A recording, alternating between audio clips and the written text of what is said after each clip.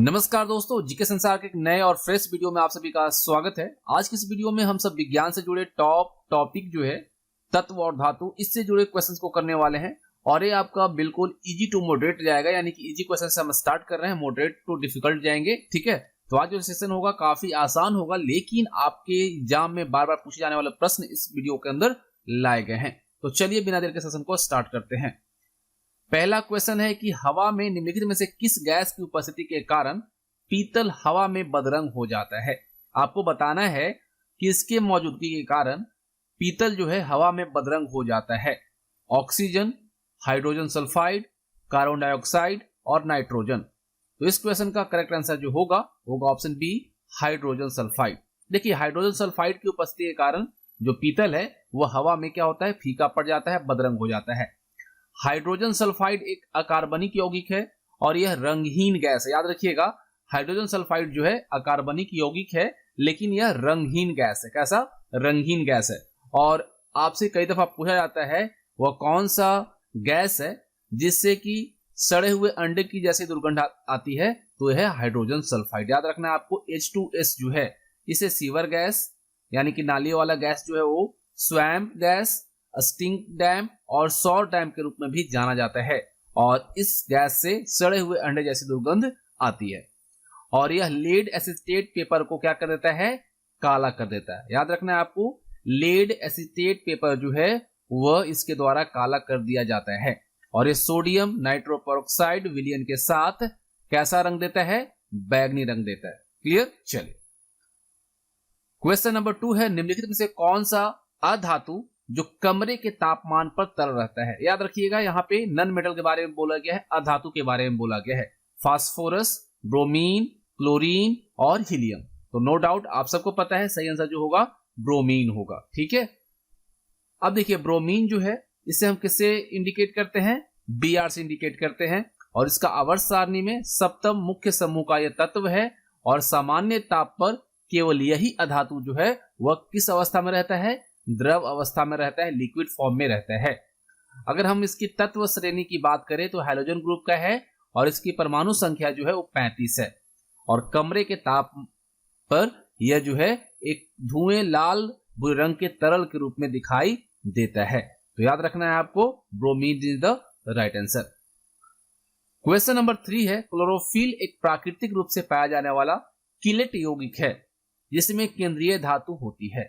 आपको बताना है कि क्लोरोफिल जो है आप सब जानते हैं कि प्राकृतिक रूप से पाया जाने वाला किलेट यौगिक है जिसके केंद्र में कौन सी धातु होती है। तांबा होता है, मैग्नीशियम होता है, लोहा होता है या कैल्शियम होता है। क्लोरोफिल आप सब जानते हैं कि प्रकाश संश्लेषण में इंपॉर्टेंट रोल प्ले करता है। तो यहाँ पे सही आंसर जो रहेगा option B, magnesium. Option B is the right answer. देखिए, इससे जुड़े अगर फैक्ट्स को हम देखें तो पौधे को हरा रंग देने वाला जो कार्बनिक यौगिक है वह क्या है, क्लोरोफिल है। और क्लोरोफिल जो है इसमें जो उपस्थित होता है वो क्या होता है, मैग्नीशियम होता है। और ये एक रासायनिक तत्व है और परमाणु संख्या इसका कितना है, 12 है। और ये इसका सामान्य ऑक्सीडेशन अगर देखें तो +2 है। एक प्रकाश का क्या है, स्रोत है और जलने पर श्वेत प्रकाश उत्सर्जित करता है। ठीक है, स्रोत की जगह पर स्रोत, ठीक है, प्रकाश का स्रोत है और जलने पर यह श्वेत प्रकाश उत्सर्जित करता है।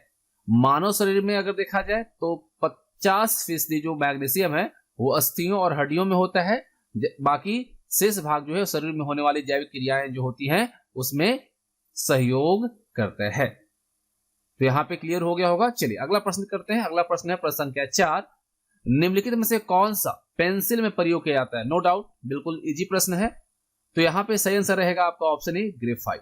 ठीक है, पेंसिल में किसका प्रयोग होता है, ग्रेफाइट का। देखिए, ग्रेफाइट जो है कार्बन का एक बहुरूप है और ये 700 डिग्री सेल्सियस पर जलकर क्या बनता है, कार्बन डाइऑक्साइड बनाता है।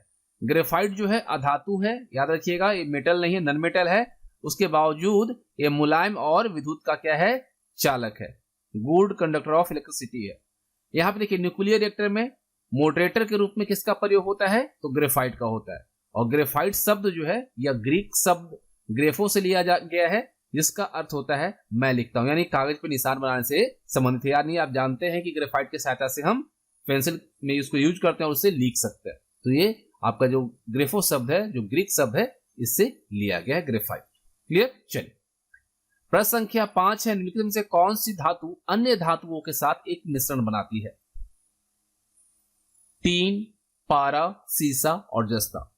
तो यहां पे सही आंसर क्या रहेगा? मरकरी, ऑप्शन बी पारा। देखिए पारा को हम पारद भी कहते हैं, इसको इंडिकेट किससे करते हैं? Hg से करते हैं। और ये आवर्त सारणी जो है हमारा पीरियोडिक टेबल जो है इसके डी ब्लॉक का अंतिम तत्व है। और इसी से हम क्या बनाते हैं? थर्मोमीटर, तापमापी इसको बोलते हैं। जो आप फीवर चेक करते हैं, जो बुखार जांचते हैं, वो थर्मोमीटर से जो होता है वो इसमें यूज किया जाता है। और अगर इसका हम परमाणु क्रमांक देखें तो कितना है? 80 है। इसके 7 स्थिर समस्थानिक ज्ञात हैं, आइसोटॉप्स हैं, जिनकी अगर हम द्रव्यमान संख्या देखें तो 196, 198, 199, 200, 201, 202 और 204, ये सभी इसके स्थिर समस्थानिक हैं। क्लियर? चलिए क्वेश्चन नंबर 6, पानी का रासायनिक सूत्र क्या है? वाटर का रासायनिक सूत्र क्या है? तो H2O, नो डाउट आप सबको पता है। ठीक है, चलिए क्वेश्चन नंबर 7 करते हैं। आमतौर पर बिजली के बल्ब यानी कि इलेक्ट्रिसिटी से जो हम जलाते हैं बल्ब को, इलेक्ट्रिकल बल्ब जो होता है, उसमें कौन सी गैस भरी होती है? Nitrogen gas, hydrogen gas, carbon dioxide या फिर ऑक्सीजन? देखिए जो हमारे घर में बल्ब होता है, ठीक है, अभी तो एलईडी बल्ब आ गया है, लेकिन जो पहले फिलामेंट वाली जो बल्ब होती थी उसमें जो गैस भरी जाती थी वो कौन सी भरी जाती थी भाई? नाइट्रोजन गैस, ऑप्शन ए सही है। देखिए इससे जुड़े फैक्ट्स को अगर हम देखें तो नाइट्रोजन को हम सब किससे इंडिकेट करते हैं? एन से करते हैं। और ये एक रासायनिक तत्व है, ये सब आपको पता है। अगर इसका परमाणु क्रमांक देखें तो 7 होता है। और पृथ्वी के वायुमंडल में लगभग 78% जो है नाइट्रोजन है, बाकी कितना? 21% जो है ऑक्सीजन है। नाइट्रोजन तत्व की जो पहचान है सबसे पहले 1772 में रदरफोर्ड और सेले ने स्वतंत्र रूप से की थी। और आवर्त सारणी में देखिए, अगर पीरियोडिक टेबल की बात करें तो 15वें समूह का ये प्रथम तत्व है नाइट्रोजन। और फ्रांसीसी वैज्ञानिक लवाजियो ने नाइट्रोजन गैस को ऑक्सीजन से अलग किया था और इसका जो नाम रखा था वो रखा था एजोट। क्या रखा था? एजोट। लेकिन 1790 में साप्टॉल ने इसे नाइट्रोजन नाम दिया। अगर आपसे पूछ लिया जाए कि जो नाइट्रोजन शब्द है या नाम जो है किसने दिया था, तो साप्टाल ने दिया था। कब दिया था? 1790 में। 1790 साप्टाल, याद रखिएगा। क्वेश्चन नंबर 8 है, वॉशिंग सोडा किसका सामान्य नाम है? Sodium carbonate, calcium bicarbonate, sodium bicarbonate या कैल्शियम कार्बोनेट? तो देखिए वॉशिंग सोडा यानी कि जिसे हम धोवन सोडा बोलते हैं, वो किसका सामान्य नाम है? सोडियम कार्बोनेट का। ऑप्शन ए सही होगा। देखिए सोडियम कार्बोनेट जो है क्या है? एक अकार्बनिक यौगिक है और इसका अगर हम रासायनिक सूत्र देखें तो Na2CO3 होता है। क्या होता है? Na2CO3। और एक क्या है? एक सामान्य लवण है जिसका जलीय घोल कैसा होता है? क्षारीय होता है। और जल की कठोरता को दूर करने में भी इसका उपयोग किया जाता है। और अगर आप धोवन सोडा को, ठीक है, यानी सोडियम कार्बोनेट को जब आप गर्म करेंगे तो आपको बेकिंग सोडा यानी NaHCO3 में बदल जाता है। ठीक है, याद रखना है आपको, ये इंपॉर्टेंट है। क्वेश्चन नंबर 9 है, क्वार्ट्ज क्रिस्टल आमतौर पर क्वार्ट्ज घड़ी आदि में उपयोग किए जाते हैं। यह रासायनिक रूप से क्या है? सिलिकॉन डाइऑक्साइड, जर्मेनियम ऑक्साइड या फिर जर्मेनियम ऑक्साइड और सिलिकॉन डाइऑक्साइड का मिश्रण या सोडियम सिलिकेट?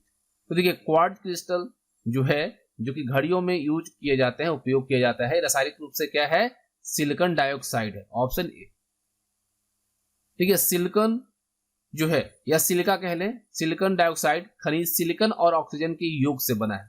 ठीक है, सिलिकॉन डाइऑक्साइड के अगर गुण देखें हम तो यह पानी में घुलनशील नहीं है, यह विद्युत का कुचालक होता है यानी कि बैड कंडक्टर ऑफ इलेक्ट्रिसिटी है। और ये प्रकृति में कैसा है? कठोर है, हार्ड है। और इसका गलनांक जो होता है वो हाई होता है, उच्च होता है।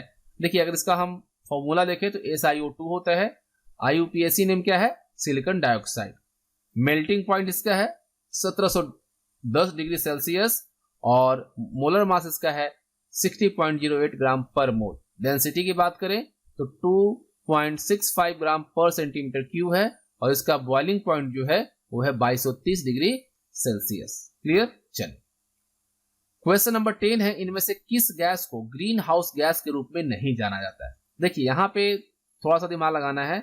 यहाँ पे आप मीथेन देखेंगे तो कहेंगे यही हो जाएगा, लेकिन देखिए यहाँ पे क्या पूछा है? ग्रीन हाउस गैस के रूप में नहीं जाना जाता है। तो मीथेन तो है, नाइट्रस ऑक्साइड भी है, कार्बन डाइऑक्साइड भी है, हाइड्रोजन नहीं है, तो यहाँ पे आपका डी करेक्ट रहेगा। देखिए अगर क्रम में देखें तो पृथ्वी के वायुमंडल में सबसे प्रचुर मात्रा में जो ग्रीन हाउस गैस है वो पहला तो जल वाष्प, दूसरा कार्बन डाइऑक्साइड, तीसरा आपका आता है मीथेन, चौथा नाइट्रस ऑक्साइड। नाइट्रस ऑक्साइड को आप लाफिंग गैस भी कहते हैं, है ना, लाफिंग गैस के तौर पर भी जाना जाता है। और उसके बाद ओजोन और उसके बाद क्लोरोफ्लोरोकार्बन। इस चीज को आप याद रखिए, क्रम में अगर देखेंगे तो सबसे पहले जल वाष्प, उसके बाद CO2, उसके बाद मीथेन, फिर नाइट्रस ऑक्साइड, फिर ओजोन और फिर क्लोरोफ्लोरोकार्बन। तो ये थे 10 इंपॉर्टेंट क्वेश्चंस जो कि आपके तत्व और धातु से थे, और उम्मीद करता हूं आप सबको सेशन पसंद आया होगा। और ईमानदारी से आप कमेंट करके बताइएगा कि आपके 10 में से कितने प्रश्न सही हुए हैं। मिलेंगे आप सभी के साथ नेक्स्ट वीडियो में। Thanks for watching. जय हिंद, जय भारत।